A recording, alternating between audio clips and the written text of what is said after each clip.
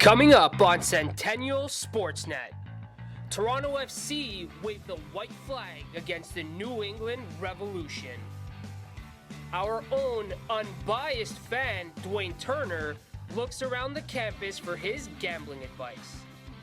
The Toronto Young Nationals open the season with a clash against the Toronto Titans in GTHL action. And we wipe out our own bacon and a moose supporting the Challenged Athletes Foundation. Centennial Sportsnet is coming at ya. Watch it! Good evening. Welcome to Centennial Sportsnet. I'm Duane Turner alongside Joe Narsa. And Joe, those Philadelphia Eagles, they didn't perform the way I thought they would on Monday Night Football. No, they did not. I mean, seeing Sam Bradford get his start with that pick and, DeMarco Murray was basically unusable running out of that backfield. It was not what the Eagles were expecting. He did have 2 TDs, though, and I have to say, Kiko Alonso looked pretty impressive. He looked fantastic, and I mean, that was a great interception. They did their best on the gridiron, but off to the pitch where Toronto FC was in play on Sunday. We kicked this game off in the second minute of the first half, and MLS star Sebastian Jovinko flashing his speed down the left side of the field.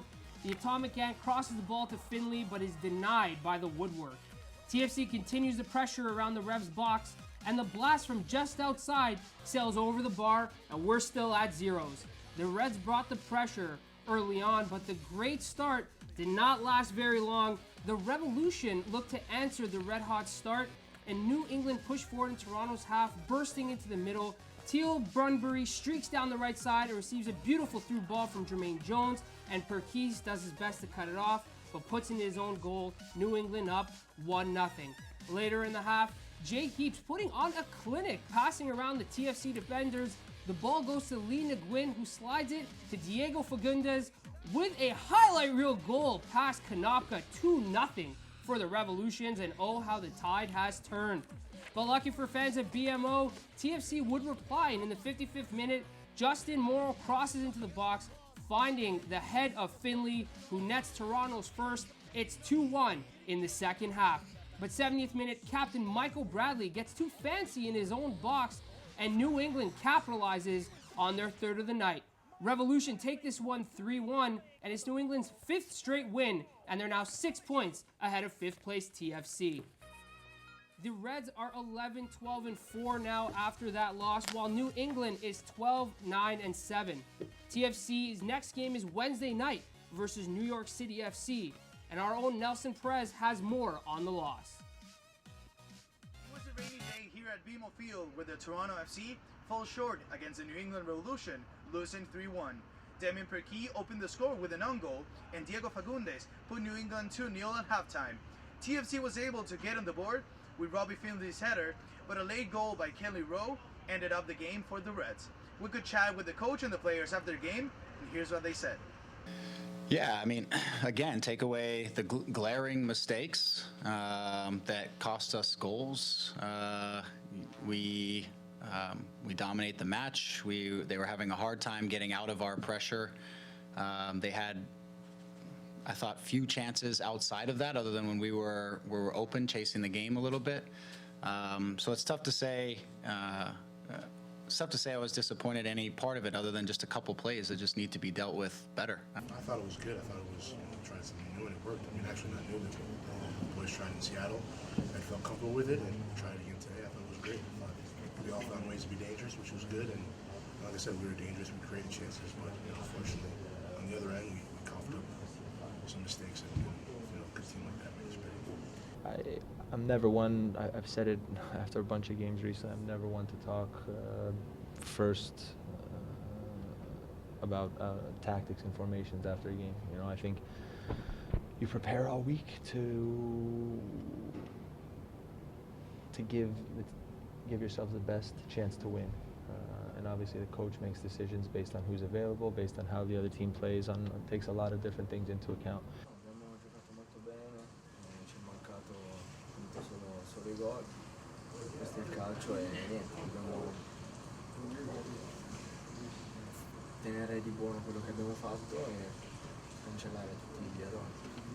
Well, the team played very well. Today the only missing thing was the result, but this is a learning experience, learning point, so they just need need to keep whatever they did well and just try to, to improve the mistake they done here. It was a good presentation by the TFC, who battled through the injuries of Benoit Cheyrou and Eric Zabaleta and the suspended Colin Warner. With this result, they remain in the 5th position, and their next match is in New York against the New York City of David Villa, Frank Lampard, and Andrea Pirlo. From the BMO Field here in Toronto, for Centennial Sports, I'm Nelson Perez. Ray Emery, Eric Lindros, Connor McDavid, Rick Nash, Jason Spezza, PK Subban, Ryan Strome, and Steven Stamkos. What do all these current and former NHL players all have in common? They all got their start in the Greater Toronto Hockey League, the largest minor hockey organization in the world. These young players are hoping to follow in those famous footsteps, and you can just see it on those eager faces as they get ready to start the season. The Titans are looking to spoil the opener, while the Nationals are looking to defend home ice. All Titans early in the first period, Carrington with a huge hit here in the corner on Mitchell. Jacob King takes the puck to the corner, passes out front to Will White, and Gennaro is there to shut the door right here. Nichols walks out in front but has a shot blocked, and the puck comes back to the point, giving the away team another shot at a slap shot. Gennaro, though, continues to be their savior, flashing the lever right there to keep it at 0-0. Off to the second period we go. Titans continue to pressure by gaining the zone. Condotta's shot goes wide, allowing Chris Pappas to pick up the puck and show off his speed. Here he is all alone, and he's going to stick handle through the defenseman, and the wrist shot beats the goalie, giving the Young Nationals 1-0 lead. Moments later, the Titans kicked it up a notch. They started by dumping the puck to the side of the Nationals' net. It is then that it finds its way back, and Peter Muzyka lands a slap shot that is tipped in by Will White. Just like that, it's 1-1. High fives all around for the away side. Final period is where we go now, and the Nationals look to steal the momentum, with Pappas picking up the puck at the blue line and sending it in for Sheldon all alone. Donahue is up to the task. More than halfway into the frame, Jordan Buesa takes matters into his own hand with a beautiful wraparound effort. Gennaro was late to cover that side of the net as he concedes the second goal for the Titans, giving them a 2-1 lead. The Titans would go on to score another goal, putting the score at 3-1. And because of that deficit, they had to pull their goalie. But the extra attacker proved to be costly, as the blue and yellow take advantage of the empty net, and they streak up here for a 2-0, and Cole Tucker taps in the empty netter. If I were his father, I'd be the happiest guy in the world, but, well, I guess maybe not. He might not show it there, but Darcy Tucker is happy his team starts the season 1-0 with a 4-1 road victory over the Nationals. Buesa, White, Maetzener, and Tucker score for the Titans. The next game for the Titans is against the Red Wings, while the Nats will take on the Kings. Now, although it's only week 1 of the NFL season, Super Bowl 50 should be one for the ages. And with Tom Brady beating Deflategate and Jordy Nelson out for the year, we wondered which teams would suit up in the big game in January. So we sent out Duane and Maetzener to grab some Super Bowl picks around the campus.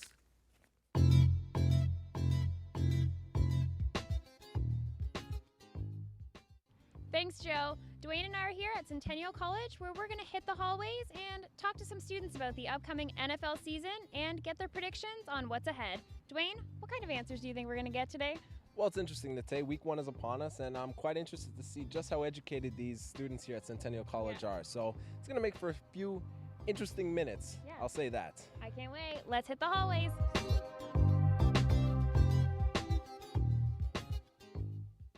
We're here with Maddie, who's in the public relations program. Maddie, who's going to win the Super Bowl? I'm going to have to say the Green Bay Packers, just because I'm pretty biased because they're my team.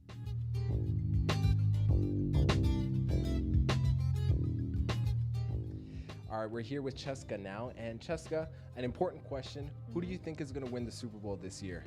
I have no idea. I don't watch the Super Bowl. Do you watch football at all? No, I don't. I watch the halftime, if that counts.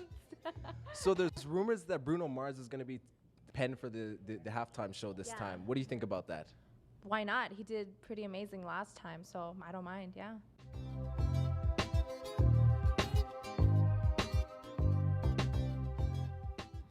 we're here with Gabriel, who's in the music industry program.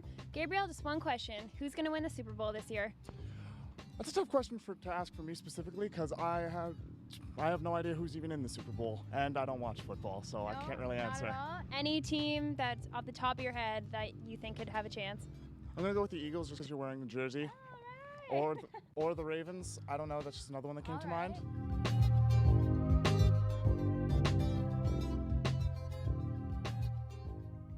Okay, we're here with Laura today, and Laura, we're just trying to get everybody's opinion on the upcoming Super Bowl. The season has just begun. Who do you think is going to be playing in this year's Super Bowl? 2 football teams. I'm going to say 2 of them. I'm going to go with that. Would you be able to name at least one NFL football franchise? Green Bay Packers. They were in Pitch Perfect 2. I don't know if you know that or not. Okay. It's the only reason I know who they are. Do you have an MVP? I don't know any. Brett Favre? No. I feel like that's a trick question. How about Aaron Rodgers? No. Sure, okay, Well, yeah. That guy. Good call. I like that. I like it. Okay. All right. So we got Aaron Rodgers as the MVP as he leads his Green Bay Packers to the Super Bowl. Okay.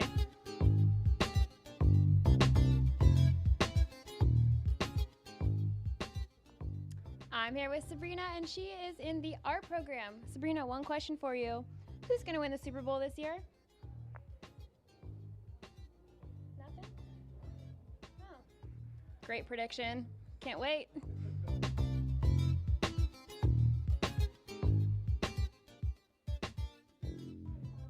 We're here with Ethan, and Ethan, the NFL season is upon us. Do you have any ideas who could make it to the Super Bowl this year? New England always looks good. I'm a huge Bucks fan. It's a long shot, but they just picked up Winston, so proved it running back, so why not go for that? Interesting, very interesting. So Jameis Winston will be playing against Tom Brady. You heard it here first. Well, Nate, I have to say, some of the answers we got today, not expected. Yeah, very unexpected, very interesting. I mean, my Super Bowl picks are definitely changed now, hearing everyone else's predictions. So, who are you going to vote for? I think you know who I'm going with. I do know who you're going with. Eagles. Well, everybody else had their own opinions, but hey, that's why we asked the questions. Reporting live, this has been Nate and Duane for Centennial TV. Back to you, Joe. Up next on Centennial Sportsnet, the York Lions should have stayed home on homecoming, while the Colts look to grab their squad for the upcoming season. You know you want to stay and watch! We put a twist on an old American classic beverage. That's right, I'm talking about the rum and Coke. All right, next up, the also pouring of the booze. Now notice how this bottle is aged 8 years. We're not messing around. This is not your run-of-the-mill Captain Morgan's. No, we're gonna step it up a little bit and have some Bacardi. Splash. And here's the twist of the classic we've been talking about. You want to rim your rum and Coke with an extra large wedge of grapefruit. Really is a great garnish on a summer day. And that's all we have time for today, folks, on how to be successful in 90 seconds.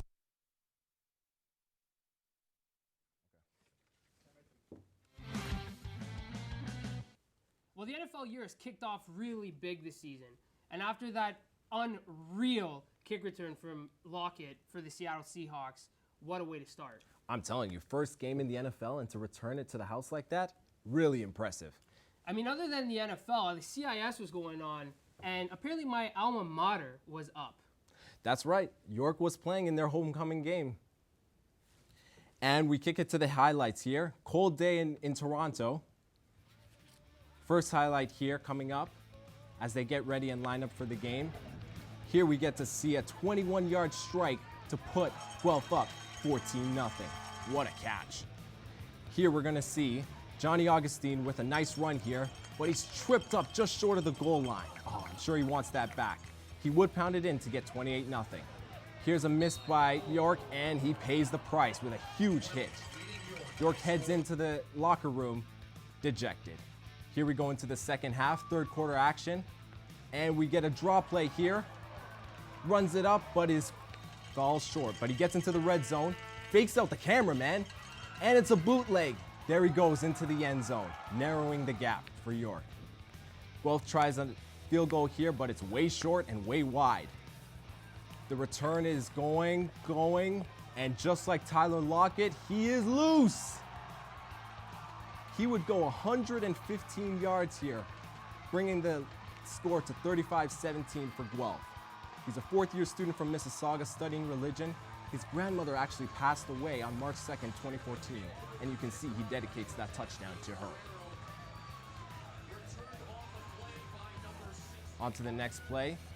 Guelph quarterback Alex Skinner throws a pass down the middle, and what a grab. Game out of hand, but hey, we're gonna show the replay anyway. Great grab by him. Also, OUA.ca. Guelph would take it 49-22, and their next game is gonna be against Mac, who's also 2-0, while York falls to 0-3 and will face Waterloo, who is also 0-3. Definitely up there with number one right now for sure. I definitely, I would say like there's a lot going on, but I definitely did that one for my grandma. She passed away last year, March 2nd, 2014. So that touchdown was for her for sure. I think we played really well. Pretty much, we just started off a little slow, and we're coming into the game. We were focused on starting strong and finishing strong, but in the second half, we kind of feel like we matched up pretty well against them. So a little bit disappointed, but taking a lot of positives from the game and moving forward to Waterloo next week. The atmosphere was great. As you can see, a few girls in the stands made me a poster, so kind of feel good about that. But the atmosphere was great. You know, the fans came out and supported, so it definitely fueled the fire to the game for sure, and helped us, get things going. With the OCAA basketball year about to begin, the Colts are looking to have a big season. Centennial was 12-8 last year, and they haven't placed in the top 3 since the mid-2000s. And the Colts are championship-less since the 80s. So our own Alikan Ravjani has more on this year's tryouts. A new season brings upon a chance for new possibilities. After a 4th place finish in the 2014-2015 basketball season, this was no different for the Centennial Colts, as on Thursday and Friday, Coach Jim Barclay worked out hopefuls for the upcoming season.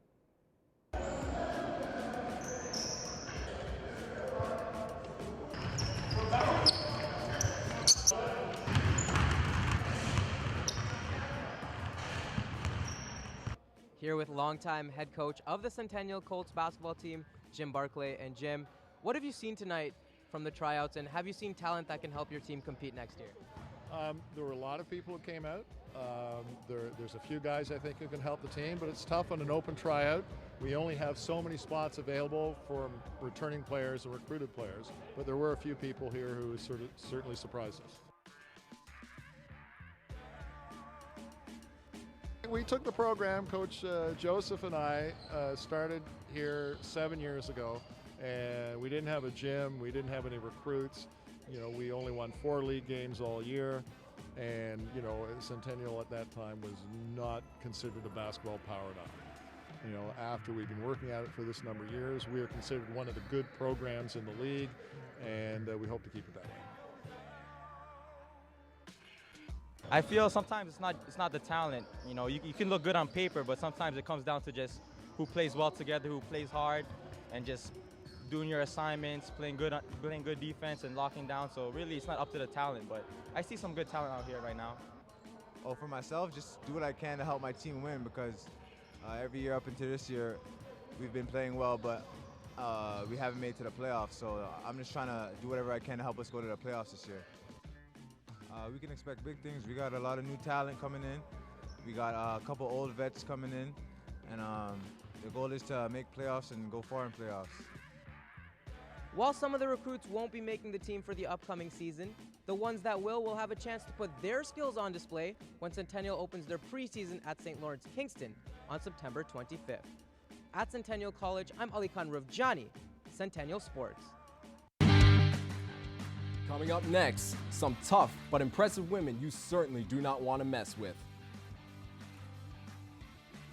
And 2 of our very own go to Wipeout for a very great cause. Don't go away.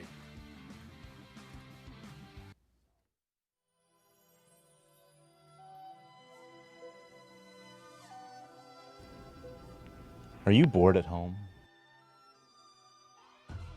Tired of staying in on a Friday night with no plans? Well, the Third and Long hotline is here for you. We have operators standing by 24/7 to answer all your hottest and deepest fantasy football questions. Don't have a cell phone? Stuck at work? Is traffic too heavy on the local newspaper website? Call our toll-free number. What do you have to lose? Call now. 1-888-555-6969. Our experts can help you determine who to start, sit, stash, or quit. What's your fantasy?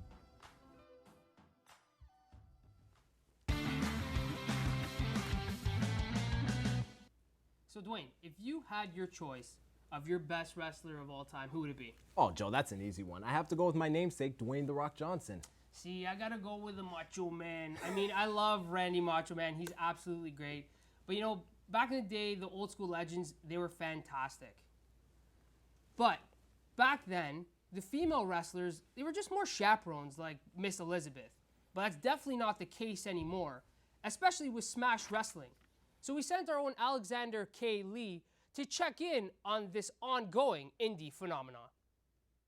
We are here in Etobicoke, Ontario for the 3rd annual CANUSA Classic hosted by Smash Wrestling. This is a show that pits some of the best American wrestling talent against some of the best Canadian wrestling talent with one particular catch. These are all female performers. We spoke to some here to get their opinion on how women's wrestling has changed today.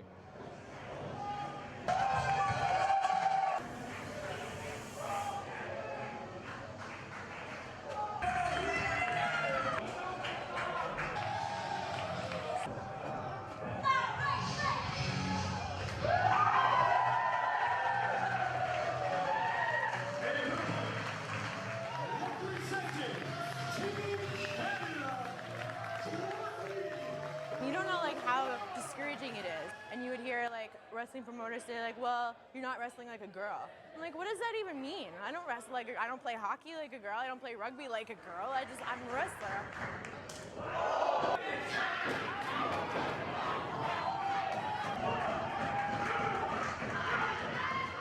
So I mean, there still are audiences that aren't like accepting of it and they don't want to see an all-girls show. The Smash audience is not one of those, and they love us and they support us fully, and they're going to come out in full force today and cheer their heads off, and it's going to be awesome because they know we're going to come out and put on a show. You have like your bigger, stronger girls like Jessica Havoc, like myself, like Vanessa Craven, and you have like your high flyers, and you have your like speed, and you know the ones that defy gravity that I don't understand. My feet stay on the floor. Smash especially gives women a great platform. I mean, I love getting to come up here and show people from Canada what I do down in the U.S. a lot, but the women up here are just as good and bring it just as hard. Like people like Courtney Rush and Dandra Bale and everybody that's on this show, they're all awesome, and that's why they're here, and they wouldn't be asked to be here unless they were. So it just popped out of place, and I finished the match still, and had it pop back in, and now it's really sore, and I'll be all right. This isn't gonna stop me at all. Don't worry, I'm good. And like sometimes the girls like, you know, steal the show. That happens. Like, let them show. Let us all show what we can do. Like we might surprise you.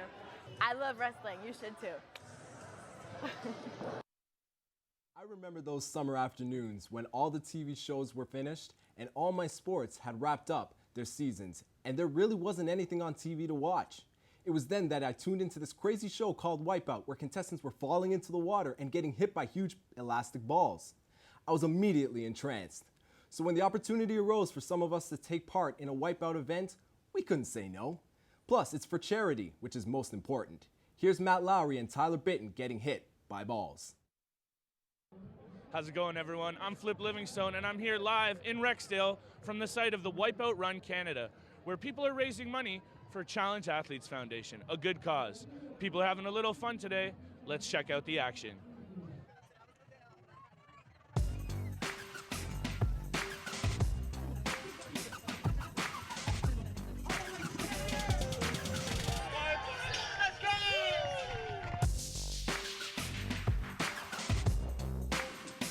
Thousands flock to Toronto's West End and Woodbine Racetrack to tackle the Wipeout Canada course this Saturday, all while donating to the Challenged Athletes Foundation. Competitors dished out a minimum of $75 to partake in the afternoon of exciting, fun-filled events.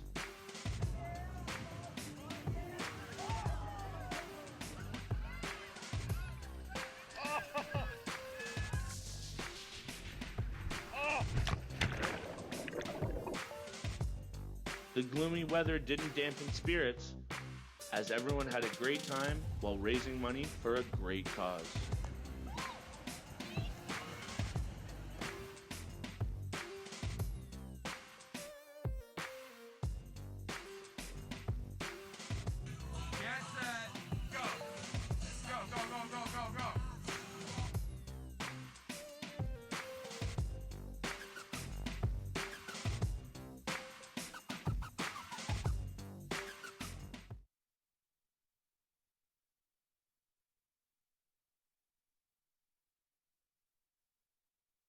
I'm here with contestant Matt Lowry. Matt, how was your race today at Wipeout? It was good. It was good. The hardest part was probably trying to keep running in between the events, and that water was pretty cold. All the money here raised is going to charity. How do you feel about donating to a good cause? Oh, I'm always down for a good cause. You know, I mean, the fact that you can have fun while giving to a good cause, it's kind of a win-win situation. So, yeah, just happy that everyone's having a good time out here. It's been a good day so far. Had a blast. So. It was a lot of fun. You know, I don't do many 5K runs, obviously, but it was a lot of fun, and having the obstacles along the course was, yeah, it was a ton of fun. Yeah, all the money goes to a great cause, you know, and it's totally worth it. You're coming out, you're just having fun, you know. I was able to run the 5K with Matt, and we're wearing these goofy hats, and it's just a lot of fun, and everyone's out and supporting each other, and, you know, again, you got the obstacles along the way, and it's, yeah, it's just a lot of fun, and it's going to a good cause. So. Well, there you have it, folks. It's a lot of fun here in Rexdale, and for a good cause. Back to the desk. Great report, guys. And Joe, after tonight, all pleasantries are off. Yeah, absolutely. Me and Duane are taking on each other in the Fantasy Football League, and Ray Finkel is going to run all over you. That's all I'm saying. I'm not quite sure. You're going to see a surprise waiver pick that might stun you. I don't know if that's going to be better than Arian Foster potentially coming back. But I won't let Duane have any more. That's Centennial Sportsnet. I'm Joe. He's Duane. Thanks for watching. Thanks, guys.